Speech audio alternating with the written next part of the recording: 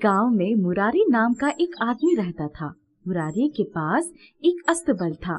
उस अस्तबल में बहुत खूबसूरत खूबसूरत घोड़े थे। मुरारी अपने घोड़ों को बहुत प्यार करता था और उनका बहुत अच्छे से ख्याल रखता था। जल्दी जल्दी इन्हें चारा दे देता हूँ, बेचारे भूखे होंगे। मुरारी उन्हें चारा खिलाकर गांव में घूमने निकल जाता है। राशन खत्म हो गया था, इसलिए वो राशन लेने एक दुकान के पास आता है। वहाँ दो लोग खड़े होकर बात कर रहे थे। अरे मंटू, क्या करूँ, तू ही बता, मेरी गाय तो बेचारी अकेली पड़ जाएगी। अरे पिंटू, तू चिंता क्यों करता है? जरूर कोई ना कोई मिल ही जाएगा जो तेरी गाय को ले ले। मुरारी उनकी बातें सुन कहता है, जी आप लोग किस गाय की बात कर रहे हैं? अरे भैया जी, मेरे पास एक गाय है, उसी की बात कर रहा हूँ। उसे कहाँ रखूं? क्यों, तुम्हारे घर में जगह नहीं बची है क्या? अरे नहीं नहीं, ऐसा कुछ भी नहीं है। दरअसल मैं शहर जा रहा हूँ हमेशा के लिए, और यहाँ की अपनी जमीन और घर बेच रहा हूँ। गाय भी बेचना चाहता हूँ, मगर कोई ले ही नहीं रहा है। मगर ऐसा क्यों? गांव में तो बहुत लोगों को गाय की जरूरत होती है, जरूर कोई ना कोई तुम्हारी गाय भी खरीद लेगा। नहीं भैया जी, मेरी गाय कोई नहीं खरीद रहा है, क्योंकि मेरी गाय माँ नहीं बन सकती और दूध भी बहुत कम ही देती है। कोई भी ऐसा गाय लेकर क्या करेगा? वो तो पिताजी ने उसे पाला था, इसीलिए मैंने भी इतने दिन से उसे पाल रहा हूँ, मगर अब उसका कोई काम नहीं है। ये सुन मुरारी को बहुत दुख पहुँचता है। वो सोचता है, अरे इसमें उस बेचारी गाय का क्या गलती है? कोई उसे नहीं लेना चाह रहा है तो? यही सोचकर वो पिंटू से कहता है, क्या मैं एक बार तुम्हारी गाय को देख सकता हूँ? हाँ हाँ जरूर, अभी ही चलिए। मुरारी पिंटू के साथ उसकी गाय देखने चला जाता है। मुरारी को देखते ही वो गाय मुरारी की ओर आने लगती है और आवाजें निकालने लगती है। ये तू क्या कर रही है? चल हट, मुझसे दूर होकर खड़ी हो। अरे नहीं नहीं, इसे डांटो मत, कोई बात नहीं। मुरारी को वो गाय बहुत पसंद आ जाती है, इसलिए वो उस गाय को लेने का मन बना लेता है। भाई, मुझे ये गाय तो बहुत पसंद आई, बता कितने में देगा? वाह, क्या सच में आप इसे लेना चाह रहे हैं? हाँ बिल्कुल। अरे ज्यादा नहीं, कोई इसे लेना भी नहीं चाह रहा है और आप इसे लेना चाह रहे हैं। चिंता मत कीजिए, मैं आपसे इसके ज्यादा पैसे नहीं लूंगा। मुरारी और पिंटू आपस में बात कर लेते हैं और पैसे की लेन देन होने के बाद मुरारी उस गाय को अपने साथ लेकर अपने घर आ जाता है। तू तो बहुत ही प्यारी है, मैं आज से तुझे प्यारी ही बुलाऊंगा। बोल, तुझे पसंद आया ना तेरा नाम? गाय जोर जोर से आवाज निकालने लगती है और मुरारी को प्यार करने लगती है। काश तू मुझे पहले मिलती। मुरारी अपने घोड़ों का ख्याल भी अच्छे से रखता था और अपनी गाय का भी। धीरे धीरे मुरारी को प्यारी से बहुत लगाव हो जाता है। प्यारी, जब से तू मेरी जिंदगी में आई है, खुशियां ही खुशियां हैं। तू मुझे छोड़कर कभी मत जाना।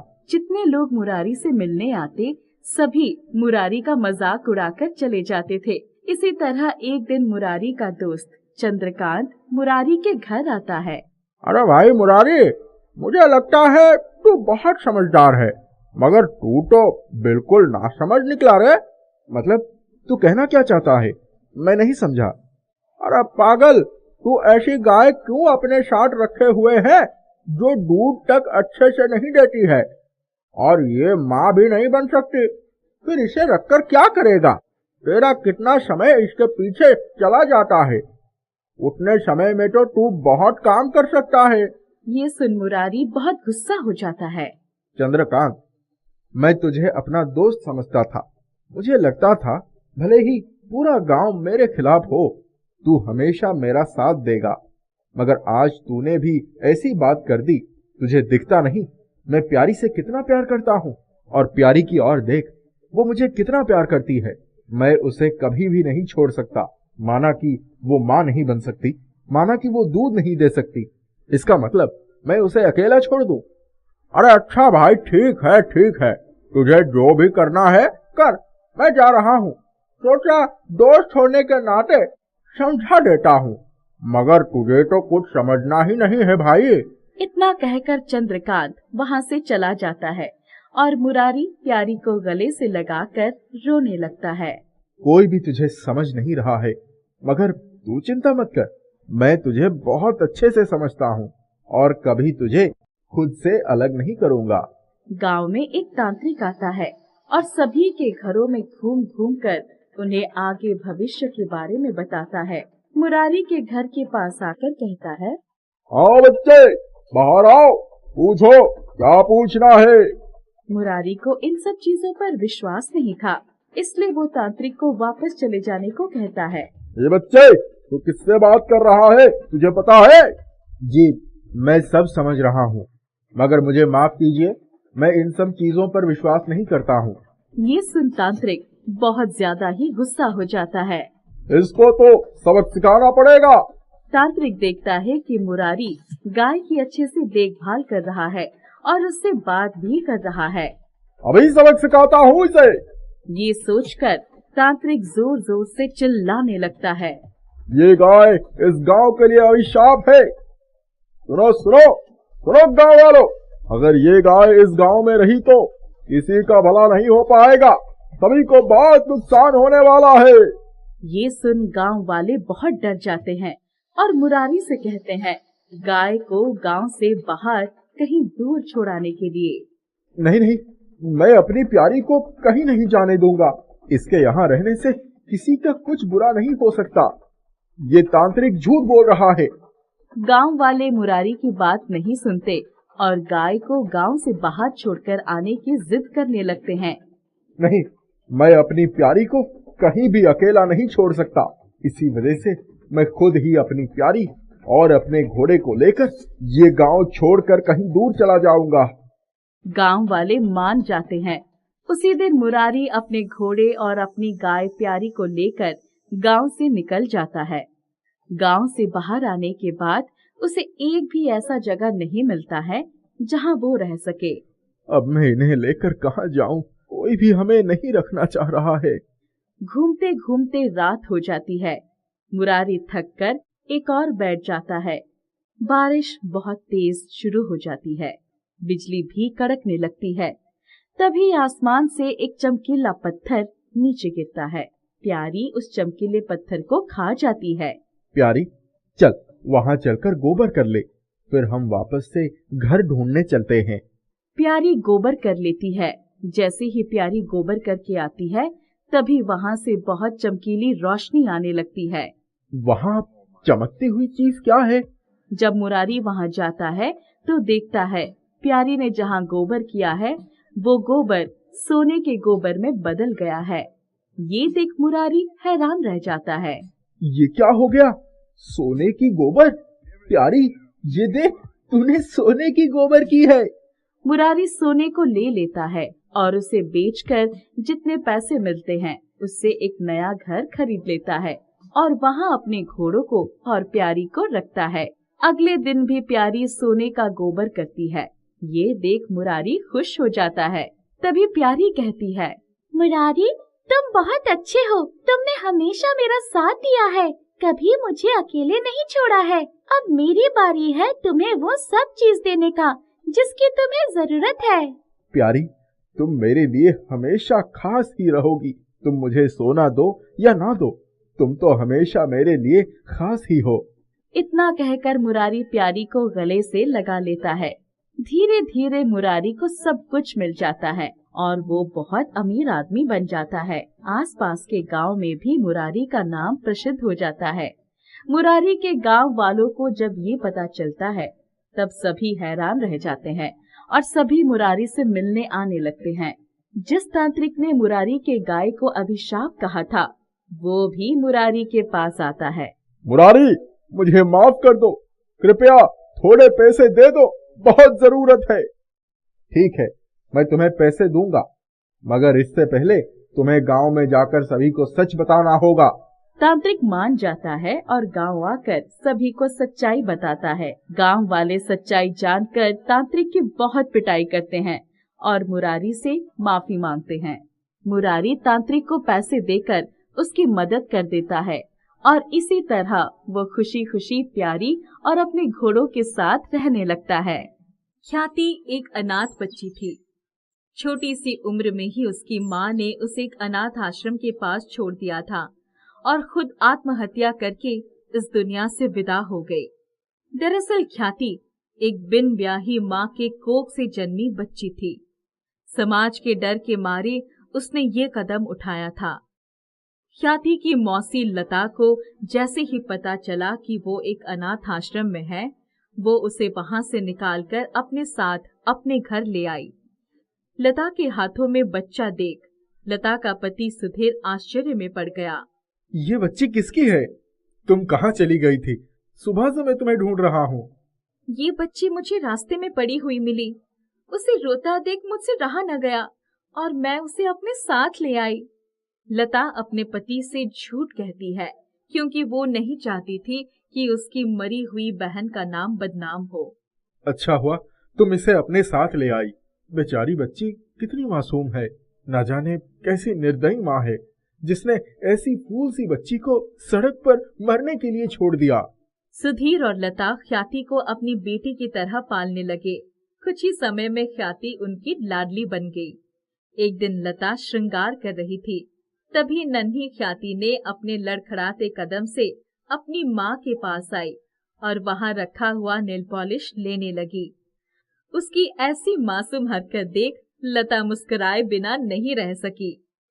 अले मेरी नन्ही परी को क्या चाहिए? आपको ये नेल पॉलिश लगानी है? हाँ माँ, मुझे नेल पॉलिश लगा दो। लता अपनी छोटी सी गुड़िया को नेल पॉलिश लगाती है। अपनी माँ को देखकर ख्याति को भी मेकअप और नेल पॉलिश से लगाव हो गया था। वो आए दिन अपनी माँ से नेल पॉलिश लगवाने लगी। कई साल बीत गए और देखते ही देखते वो बड़ी हो गई। एक दिन सुधीर और लता आंगन में बैठे हुए थे, तभी उनकी एक पड़ोसन उनके घर आती है। नमस्ते भाभी जी, कैसी हो? मैं बिल्कुल ठीक हूँ, बताइए कैसे आना हुआ?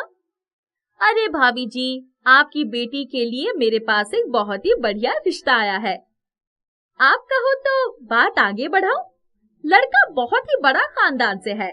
आपकी बेटी राज करेगी, राज। लता और सुधीर रिश्ते की खबर सुनकर खुश हो जाते हैं। तभी सुधीर पड़ोसन से कहता है, अरे भाभी, अगर आप लड़के और उसके परिवार को जानते हैं तो इससे अच्छी बात और क्या हो सकता है। हमें शादी से कोई आपत्ति नहीं है, लेकिन पहले मैं अपनी बेटी ख्याति से इस बारे में बात कर लूं। उसे कोई आपत्ति तो नहीं है तो हम उसकी शादी करवा देंगे। सुधीर और लता अपनी बिटिया ख्याति को रिश्ते की बात बताते हैं। ख्याति अपनी माता पिता की हर बात मानती थी। आप लोग तो जानते ही हो कि मैं आपकी कोई भी बात को नहीं टालूंगी। वैसे भी आज तक आप लोगों ने मेरे लिए जो कुछ भी निर्णय लिया है वो हमेशा सही ही रहा है। तो शादी जैसे महत्वपूर्ण निर्णय आपने कुछ सोच समझकर ही लिया होगा, इसलिए मुझे ये रिश्ता मंजूर है। हमें तुमसे यही आशा थी। अब जब तुम हाँ कह ही दिया है, हम बिना किसी देरी के लड़के और उसके परिवार से मिलकर तुम्हारी शादी तय कर देते हैं। आपकी खुशी में ही मेरी खुशी है पिताजी, जैसा आप ठीक समझे। सुधीर और लता लड़के वालों से मिलने उनके घर जाते हैं। वहां जाकर उन्हें लड़का और उनका परिवार दोनों ही बहुत पसंद आता है। वे तुरंत मुहूर्त निकालकर उनकी शादी पक्की कर देते हैं। कुछ दिनों बाद ख्याति की शादी हो जाती है। वो विदा होकर अपने ससुराल चली जाती है। शुरू में ख्याति अपने ससुराल में काफी खुश थी, लेकिन धीरे धीरे उसे अपने पति रोहन की असलियत पता चलने लगी। रोहन को जुआ खेलने का बहुत शौक था और वो रोज रात दारू पीकर घर आता और ख्याति को मारता था। एक दिन अपने जुए की लात के कारण रोहन अपना सब कुछ हार जाता है। रोहन की माँ को इस बारे में जानकारी मिलती है। मुझे तुझे अपनी माँ कहते हुए शर्म आ रही है। 1000 बार समझाया था तुझे कि ये सब बुरे काम छोड़ दे, ये सब चीजें तुझे सिर्फ ले डूबेगी, लेकिन तूने मेरी एक ना सुनी। रोज रात आकर मेरी बहू को मारता पीटता है। तू निकल जा यहाँ से। तूने तो हमें कहीं का नहीं छोड़ा। तेरी वजह से हमारे सर से छत भी चली गई। अब क्या हमें मार कर ही दम लेगा? मुझे माफ कर दो माँ, मैं नशे में था। मेरे दोस्त ने चालाकी से मुझसे मेरा सब कुछ छीन लिया। आज मेरी लत के कारण मैंने अपना सब कुछ गवा दिया। अब मैं आप लोगों को गवाना नहीं चाहता। मत रोइए, आपने जो कुछ भी किया वो सब नशे में किया। अब से आप कसम खाइए कि आप ये सब बुरी आदतें छोड़ देंगे और अपने काम में ध्यान लगाएंगे। आज हमारे सब कुछ छिन गया है, लेकिन हमें हार नहीं माननी चाहिए। हम फिर से सब कुछ हासिल कर लेंगे। जैसे तैसे रोहन रहने के लिए एक लकड़ी की झोपड़ी बनाता है। रहने को छत तो मिल गई, लेकिन घर में अन्न का एक दाना भी न था। ख्याति ने अपनी इस हालत के बारे में अपने माता पिता से कुछ भी नहीं बताया। रोहन काम की तलाश में दर बदर भटकने लगा। वो तलाश करते करते थका हारा एक कुएं के पास बैठ अपने आप को कोसने लगा। हे भगवान, ये मैंने क्या कर दिया? कहाँ मैं एक आलीशान घर में रहता था और कहाँ आज एक झोपड़ी में रह रहा हूँ। आज मेरी वजह से मेरी माँ और पत्नी को भी कष्ट उठाना पड़ रहा है। हम अपना पेट काट काट कर अपना जीवन व्यतीत कर रहे हैं। मेरे जैसा नालायक पति और बेटा भगवान किसी को ना दे। रोहन बहुत पछता रहा था। उसको रोता हुआ देखकर अचानक एक आवाज आती है। क्या हुआ बेटा, तुम इतना क्यों रो रहे हो? रोहन वहाँ देखने लगा। अरे यहाँ वहाँ क्या देख रहे हो? मैं तुम्हारे पीछे से बोल रहा हूँ। कौन है आप? आप मुझे दिखाई नहीं दे रहे हैं। जरा मेरे सामने तो आइए। अरे तुम जिसके पास में बैठे हो, मैं वहाँ से बोल रहा हूँ। रोहन पीछे देखता है तो उसे कुआं दिखाई देता है। यहाँ तो कोई नहीं है सिवाय एक कुएं के, और ये आवाज तो कुएं से ही आ रही है। सही पकड़े, मैं कुआं ही बोल रहा हूँ। मैं एक जादुई नेल पॉलिश कुआं हूँ। मैंने तुम्हें रोता हुआ देखा तो सोचा कि तुमसे इसका कारण पूछ लूं। रोहन जादुई नेल पॉलिश कुएं को सब कुछ बता देता है। सारी बात सुनकर पहले तो जादुई नेल पॉलिश कुएं को बहुत गुस्सा आया। फिर उसने रोहन का पछतावा देख उसकी मदद करने की सोचने लगा। तुमने अब तक बड़ी गलतियां की है, लेकिन तुम्हारी धर्मपत्नी का पुण्य तुम्हें बचाने के लिए तुम्हारे आगे खड़ा है। इसीलिए मैं तुम्हारी मदद कर सकता हूँ। मेरी कुछ शर्त है। मेरी मदद से तुम्हें जो भी लाभ होगा उसे तुम गरीबों में भी बांटोगे और उनकी मदद करोगे। तुम सही राह पर चलोगे तो हमेशा सफल रहोगे। हाँ, मैं आपकी सारी बात मानूंगा और गरीबों की मदद करूंगा। तो ठीक है, मुझ में से तुम एक नेल पॉलिश निकाल लो और उसे अपनी नेक धर्मपत्नी के उंगलियों में लगा दो, फिर देखना चमत्कार। रोहन खुश होकर अपनी पत्नी के पास जाता है और उसे सारी बातें बता देता है। ख्याति रोहन के कहने पर वो नेल पॉलिश अपने हाथ में लगा लेती है। आपके कहने पर मैंने नेल पॉलिश तो लगा लिया, लेकिन इससे कुछ फायदा तो नहीं हुआ। कहीं आप दोबारा पी कर तो नहीं आए हो? अरे नहीं बाबा, मैंने कोई नशा नहीं किया है। मैंने तुम्हें जो कुछ भी बताया है वो सब सच है। अगर ये सब कुछ सच होता तो हमें कोई चमत्कार जरूर दिखाई देता। ये आपका कोई वहम होगा। आप वो सब बातें भूल जाइए और घर के बारे में सोचिए। ख्याति इतना कहकर घर के बाहर जाती है और साफ सफाई करने लगती है। वो जैसे ही झाड़ू लेती है, अचानक से देखती है कि घर अपने आप साफ हो जाता है। उससे यकीन नहीं हो रहा था कि ये सब कुछ कैसे हो गया।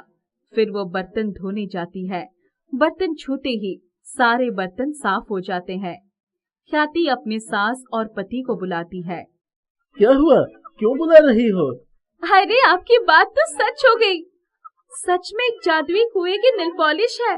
मैंने अभी जैसे ही झाड़ू को हाथ लगाया तो पूरा घर अपने आप ही साफ हो गया। अरे वाह, ये तो सच में चमत्कार हो गया। ख्याति अपनी झोपड़ी को छू लेती है। झोपड़ी छूते ही वो एक आलीशान महल में बदल जाता है। ख्याति और उसका परिवार ये चमत्कार देखकर बहुत खुश हो जाते हैं। धीरे धीरे उस जादुई कुएं की नेल पॉलिश की वजह से व्यापार में बहुत तरक्की होती है और वे लोग अमीर बन जाते हैं। रोहन गरीबों की मदद करने लगता है। वो बड़ा अमीर बन जाता है। कुछ दिनों के बाद दौलत से अंधा होकर रोहन गरीबों को भूल जाता है। उनकी धर्म पत्नी उसे समझाती है, लेकिन वो उसकी बात पर ध्यान नहीं देता। अचानक उसके व्यापार में घाटा होने लगता है। उसके पास रुपए पैसों की कमी हो जाती है, कर्ज बढ़ जाता है। चाची, अब क्या करूं? सारा व्यापार चौपट हो रहा है। मैंने तो आपको समझाया था, लेकिन आप नहीं माने। आप अपने वादे भूल गए और उसका यही अंजाम हो रहा है। आप नेल पॉलिश के जादुई कुएं के पास जाइए। रोहन जादुई कुएं से मिलने के लिए चला जाता है। उसे रास्ते में जो भी गरीब भिखारी मिलते हैं, वो उन्हें रुपए पैसे देता हुआ चला जाता है। कुछ देर के बाद वो जादुई कुएं के पास पहुंच जाता है। रोहन, तुम अपना वादा भूल गए थे। तुम्हारी नेक धर्म पत्नी के कहने पर तुमने पुनः सही राह पकड़ ली है। अब उसे मत छोड़ना। ये लो, मैं तुम्हें फिर से एक नेल पॉलिश दे रहा हूँ। ये भी तुम्हारी धर्म पत्नी के लिए ही है। रोहन हाथ जोड़कर जादुई कुएं को धन्यवाद कहकर घर की तरफ चल पड़ता है। रोहन अच्छे कर्म करके और अपना वादा पूरा करते हुए एक बहुत ही कामयाब आदमी बनता है। वे गरीब और जरूरतमंदों की मदद करने लगते हैं। ऐसा लगता है रोहन और उसका परिवार एक अच्छी और सुखद जिंदगी व्यतीत करने लगता है।